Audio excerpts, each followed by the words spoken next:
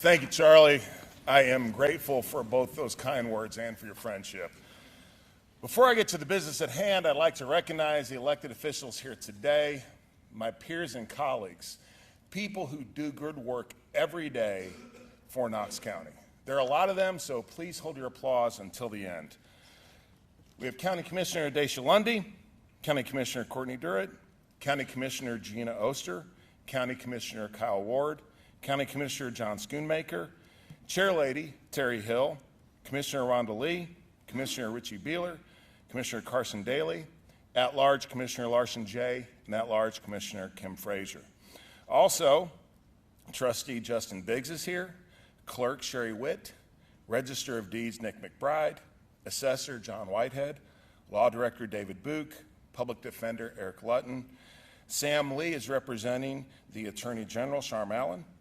We have Charlie Susano, Circuit Court Clerk, and also Criminal Court Clerk Mike Hammond, and Clerk and Master Scott Griswold. Scott. Also from School Board, Susan Horn and Betsy Henderson.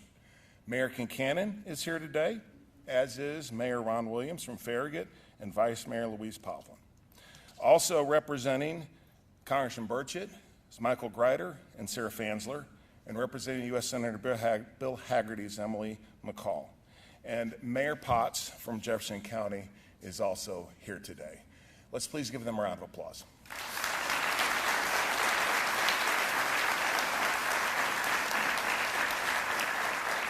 Now, if you're a former elected official, could you please stand and raise your hand to be recognized? Let's give them a round of applause as well. Thank you.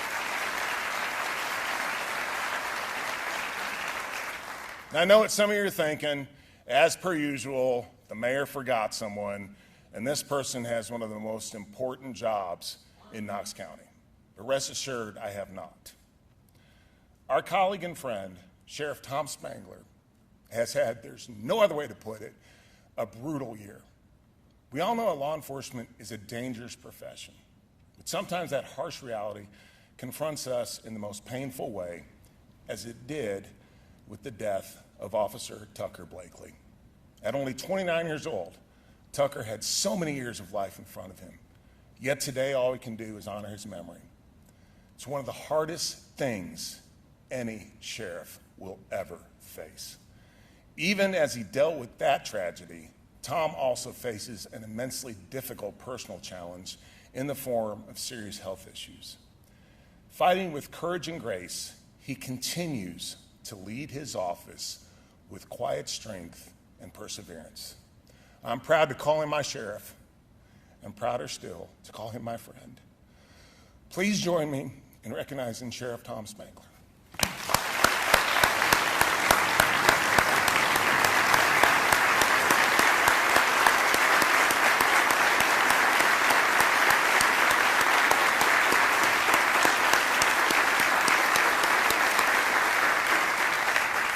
Okay, now have I missed anybody? Seeing none, we shall move on.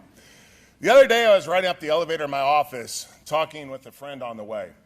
We were reminiscing about playing high school sports and how because of the camaraderie among your teammates and the attention that you receive, it was the best time ever. I said, man, if you could only freeze everything at that moment.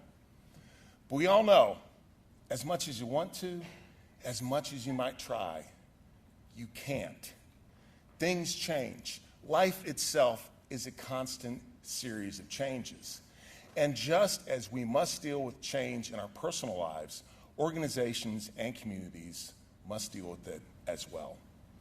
The choice facing Knox County is not change or no change. That's a false dichotomy. Things will change. That's just a fact of nature.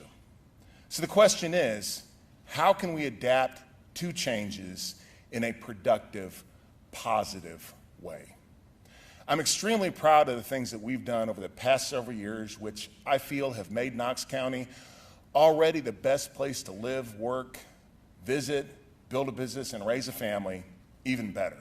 Obviously, one of the most important things has been the Advance Knox initiative, a complete overhaul and update of the county's land use policies, with an emphasis on addressing skyrocketing housing prices, preserving our beautiful open spaces, and limiting urban sprawl.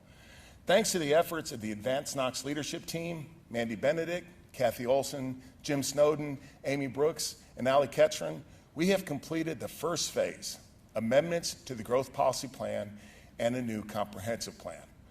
I appreciate the many folks who took part in the Advanced Knox process, especially our county commissioners, whose engagement and collaboration helped produce a solid foundation to build upon. Speaking of change, Knox County Schools is undergoing a transformation. Under the leadership of Superintendent John Ryswick, the 865 academies are off to a tremendous start. The academies align curriculum with industry needs, providing students with the opportunity to explore various career options and giving them more flexibility to tailor their education to a particular pathway. I'd also like to thank the Knox Education Foundation, Mike Taylor's over there, for their role in getting the academies off the ground.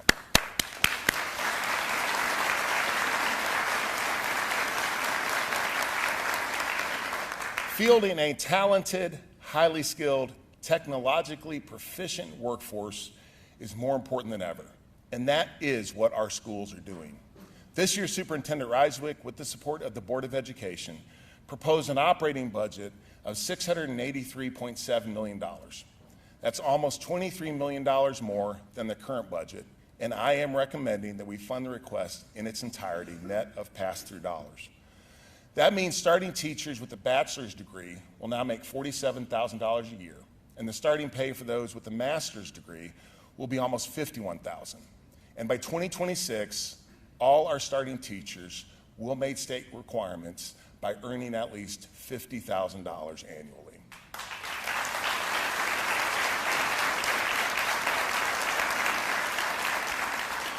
Additionally, the budget provides enough money to support the 865 academies at all 14 traditional public high schools and creates 114 new positions to support student success, including additional staff for English language learners and special education. Over the past several years, we have opened new school buildings at Lonsdale and Adrian Burnett and built an entirely new school, Mill Creek Elementary, as well as projects like expansions at Bricky McLeod and Sturkey Elementary Schools. This year's budget also supports much-needed capital projects, including solutions at Farragut, Mechanicsville, Lonsdale, Beaumont, and South Knoxville. Additionally, it provides $2 million for school security upgrades. This year's budget also continues to invest in public infrastructure, such as roads and bridges. Engineering and Public Works will wrap up Phase 3 of the Shad Road Extension, the biggest road project in county history, and will begin on Phase 4, which links Oak Ridge Highway to Pleasant Ridge Road. We'll also begin improvements to Canton Hollow Road, South North Shore Drive, and the Marietta Church Roundabout. We should finish work on Coward Mill Road in 2025. We also have 2 pedestrian bridges in the queue. Construction is slated to begin on the Staff Sergeant Ryan Knaus Bridge at the Gibbs Schools in mid-2025, and then on the Powell Pedestrian Bridge the following year. Then there's an important project at Bluegrass Lake where we are installing a permanent pump station to help mitigate major flooding in that area. In addition to these new projects, EPW does the important work of maintaining existing infrastructure. This year, our highway department paved almost 50 new miles of road and helped extend greenways throughout the county. We plan on keeping that momentum going. I have proposed increasing this year's paving budget by another $300,000. Our crews mow the medians and shoulders, run our solid waste centers, and do many other things we rely on, but often just don't think about. They also do a fantastic job of cleanup when storms and disasters hit. For instance, when an EF2 tornado ripped through the western part of the county last August, our crews worked day and night to remove more than 4,200 tons of debris from public and private property. At times, their work can be dangerous. Who can forget when one of our salt trucks flipped over on Berry Road during this past January's winter storm? Fortunately, the crew aboard that truck, Travis McGowan and Chris Smith, sustained only minor injuries. But the nature of their work sometimes puts them in harm's way. too little attention, or public fanfare. Travis and Chris are here today. Would you please stand so that we can give you and all of our hardworking EPW personnel a hand?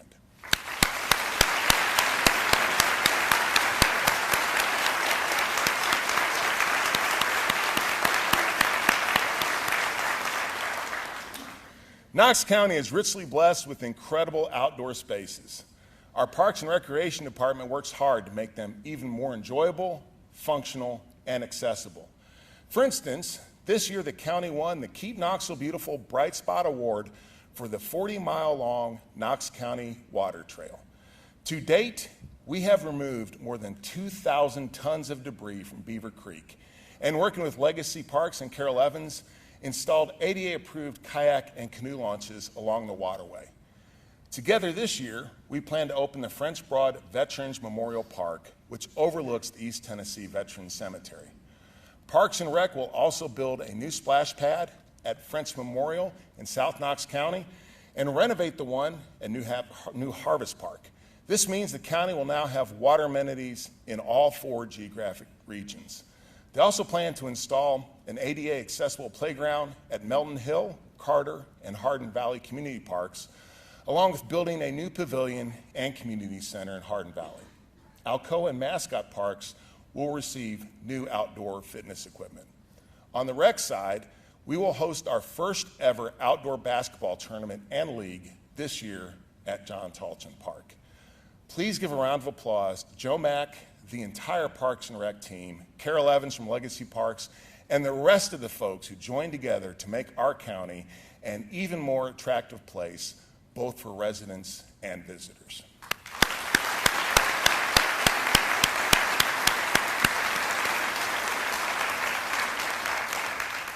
Speaking of visitors, I would be remiss and probably in a lot of trouble if I didn't mention Kim Bumpus and her wonderful team at Visit Knoxville. Anyone who has ever been to a UT football or Lady Vols basketball game knows how important sports are to our community. Sports are also big business, and we are quickly becoming the destination for outdoor sporting events in the Southeast. We boast a strong relationship with sporting groups like Bassmasters, the PGA, and CrossFit. There are only 10 qualifying events in the world for CrossFit Games, and Knox County is getting one of them. But hold on, as they say in those infomercials, there's more. Thanks to Visit Knoxville, the USA Olympic team trials for diving will be held right here next month. The winners of that event will go on to compete at the Summer Olympic Games in Paris, giving our friends in France a little taste of East Tennessee. Please, let's show our appreciation for Kim and everyone at Visit Knoxville.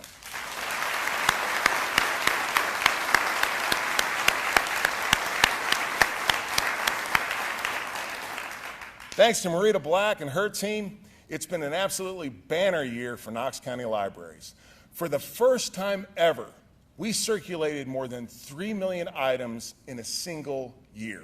If you break that down, it's about 8,200 books, CDs, DVDs, and downloads every single day. And this month, we're celebrating the 4 millionth book delivered from Imagination Library. The child who receives that book will lead the parade at the upcoming Children's Festival of Reading. And we will soon celebrate the 20th anniversary of our partnership with Imagination Library.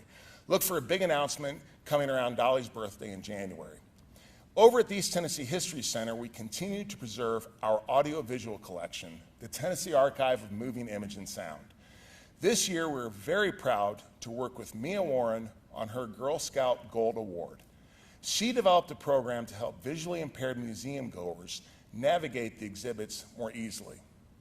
The innovative program is appropriately called MIA.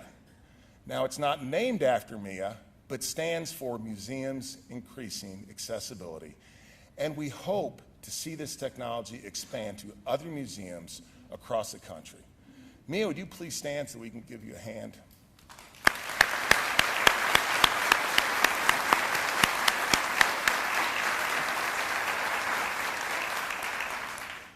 At our senior centers, we have upgraded the fitness equipment and implemented new programs.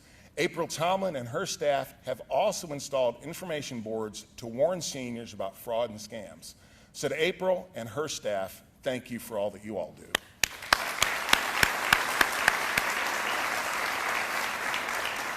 Now, when people think of the health department, they usually think of vaccines, restaurant inspections, and routine healthcare services. While that is all true, it's just a tiny sliver of what the hardworking folks there provide. What truly sets them apart is their dedication and compassion. For instance, health department staff working with Second Harvest Food Bank provided more than 1,600 boxes of fresh fruits and vegetables to elementary school students and their families through a program designed to teach and promote healthy eating. Whether it's connecting just one family with groceries and clothes, or 1,000 families with access to healthy food, our health department is making an impact on our community. Thank you to Kevin Parton and everyone at the health department for all of your work.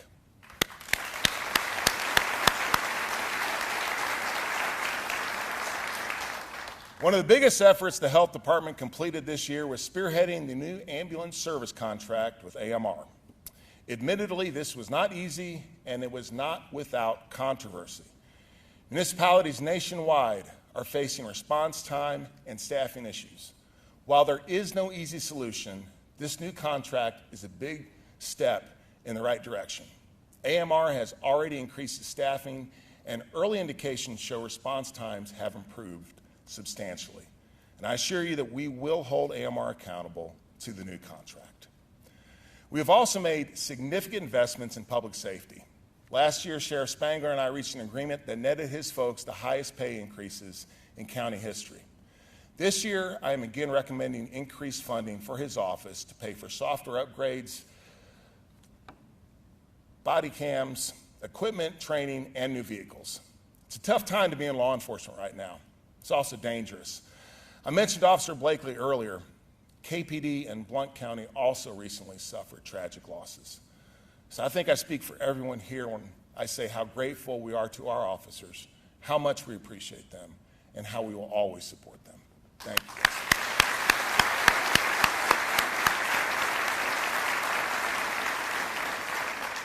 In addition to policing, there are other factors impacting public safety as well as quality of life. A big one's mental health. For too long, we have treated mental illness as a law enforcement problem, but we're working to change that. We continue to support the Behavioral Health Urgent Care Center, which provides an alternative to jail for people in need of mental health services.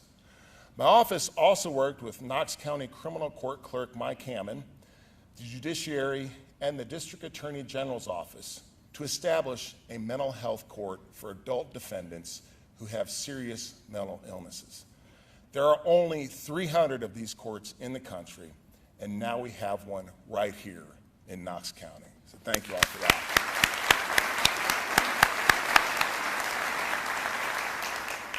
Another unique program that I'm very proud of is Elevate Recovery High School, a partnership between Knox County Schools and the McNabb Center. By helping high school students overcome substance misuse problems, these kids get a better chance at success in life. Thank you guys for that, too.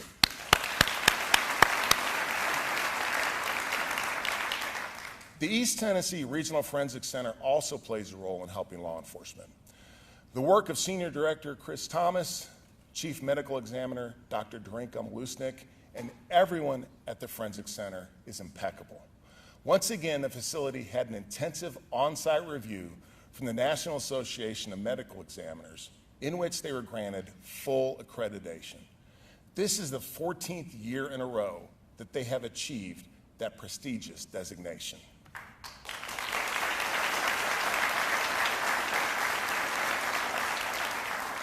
I'd also like to thank Chris for his efforts in giving our veterans the end-of-life honors and recognition they deserve.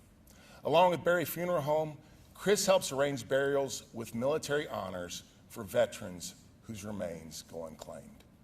And speaking of honoring our veterans, thank you to Buzz Buswell and our Veteran Services team for all they do to help those who have served this great nation.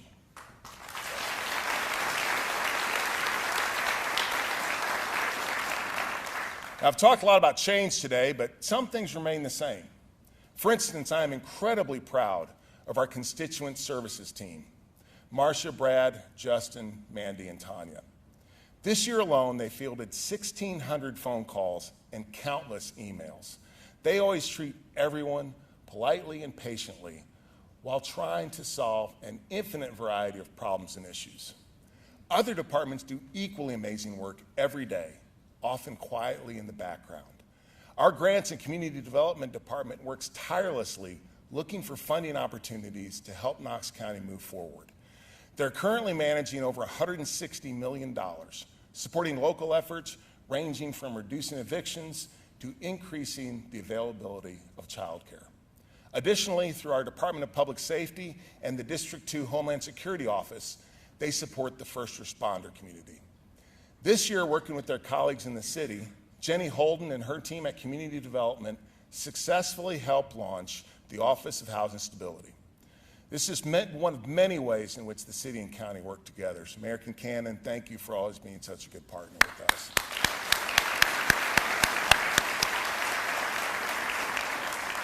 This innovative new center will coordinate with government agencies and nonprofits to better address homelessness in all populations, especially among seniors, veterans, and youth.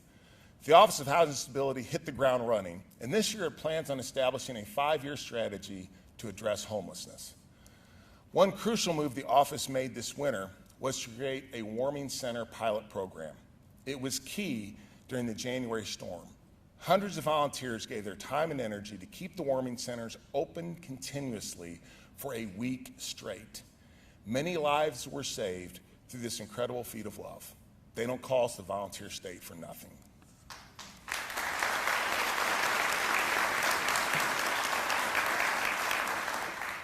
Our Human Resources and Benefits team, under the leadership of Stephanie Candler, makes sure we attract and retain top-tier talent, the kind of people we want and need in public service.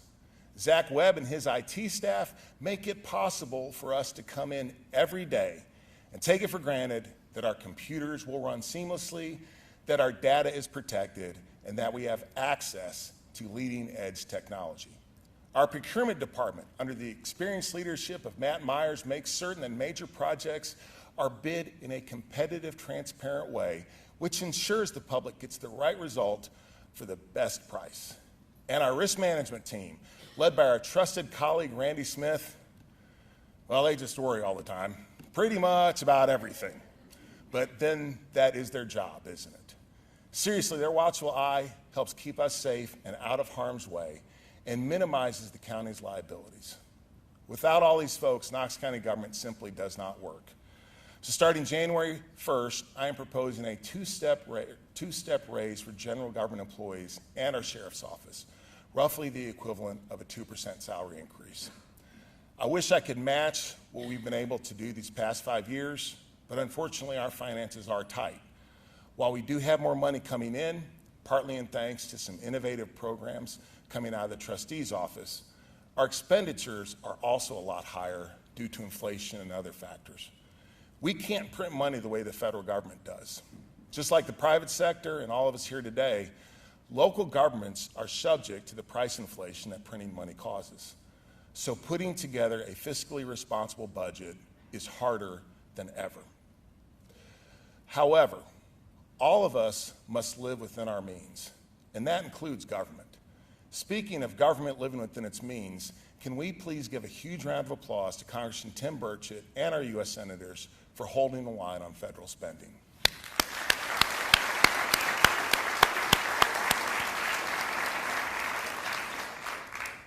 At nearly $1.1 billion, the FY25 budget proposal is roughly 3% higher than the current year, with nearly 2/3 of the spending dedicated to Knox County's public schools.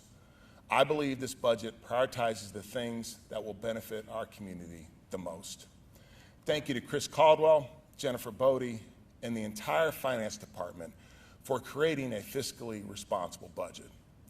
Under their guidance, the finance department once again won the Triple Crown for government finance reporting for the 4th year in a row.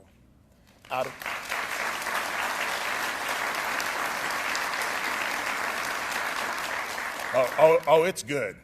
Out of roughly 20,000 governmental entities across the U.S. and Canada, only around 300 finance departments achieve this impressive honor each year.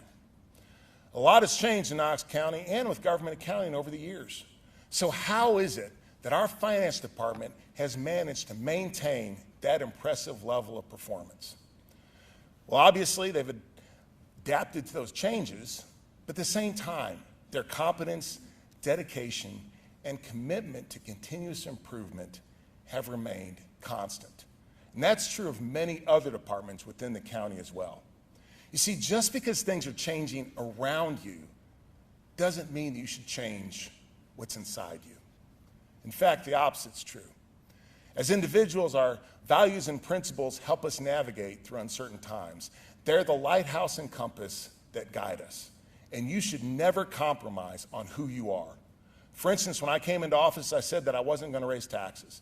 Despite plenty of political and fiscal pressure, I have not raised taxes, and I do not plan on doing so.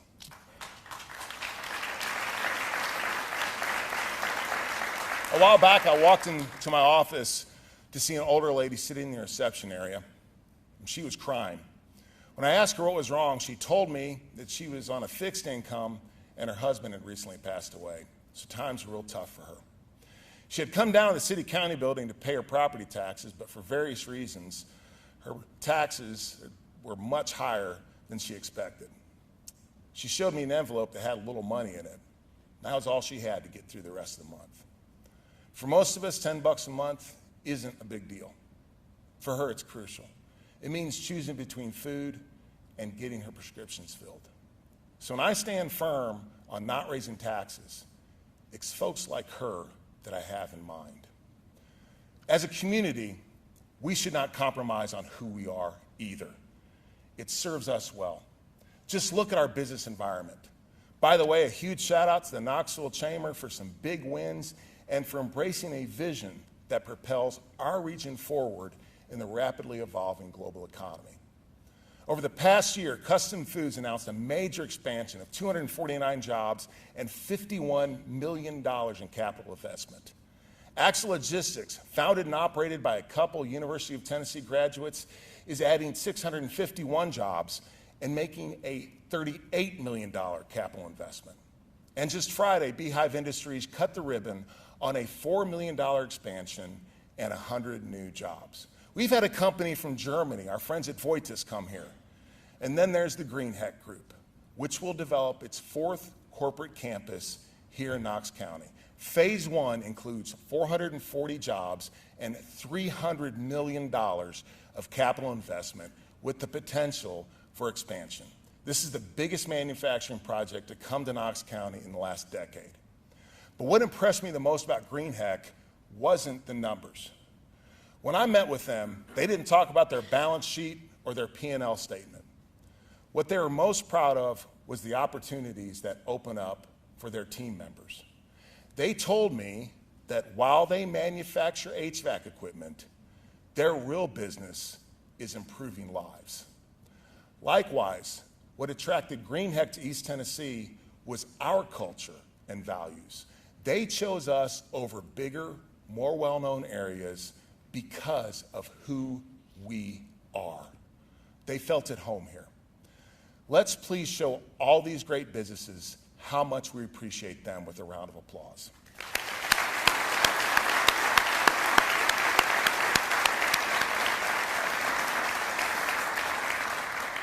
There is no doubt that we live in tumultuous times.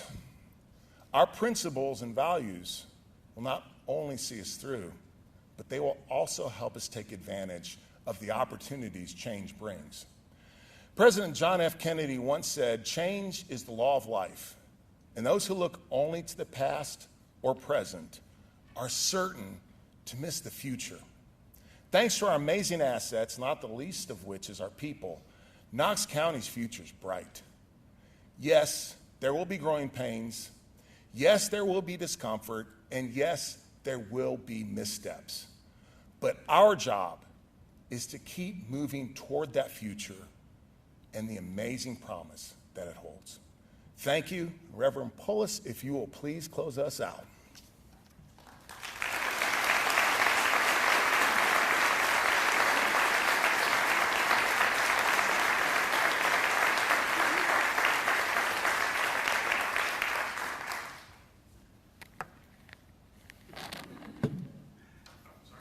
On behalf of the mayor, I would like to invite you Thursday to a memorial service for 8 unclaimed veterans that I will be presiding over at the Governor John Sevier State Veterans Cemetery. We made a commitment when we came back from Vietnam that we would never leave anyone else behind. So if you're available, 12 noon on Thursday on Governor John Sevier. I have been selected to be the cleanup hitter for today. Mayor, thank you. I don't know how you memorized all that. That's just amazing to me. I would like to leave you with something as a benediction. So here's the question. What is the purpose of life? What is God's will for all of us? Well, there's an answer in the Bible, and it says this: to love mercy, to do justly, and to walk humbly. What does that really mean? Love mercy. In a world so polarized as we are, to love mercy means to give somebody the benefit of the doubt, to give somebody a second chance, because everybody deserves a second chance. To do justly.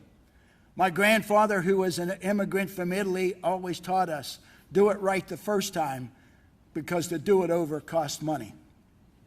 And to walk humbly. What does it mean to walk humbly? To add value to the people around you. As the mayor so eloquently said during all his remarks, every day we learn to add value to ourselves so that we can add value to others. And that's what makes Knoxville, Knox County, and the state of Tennessee a place to live. And with that, in the name of the Father, Son, and Holy Spirit, I pray God's blessing on each and every one of you. Have a good day.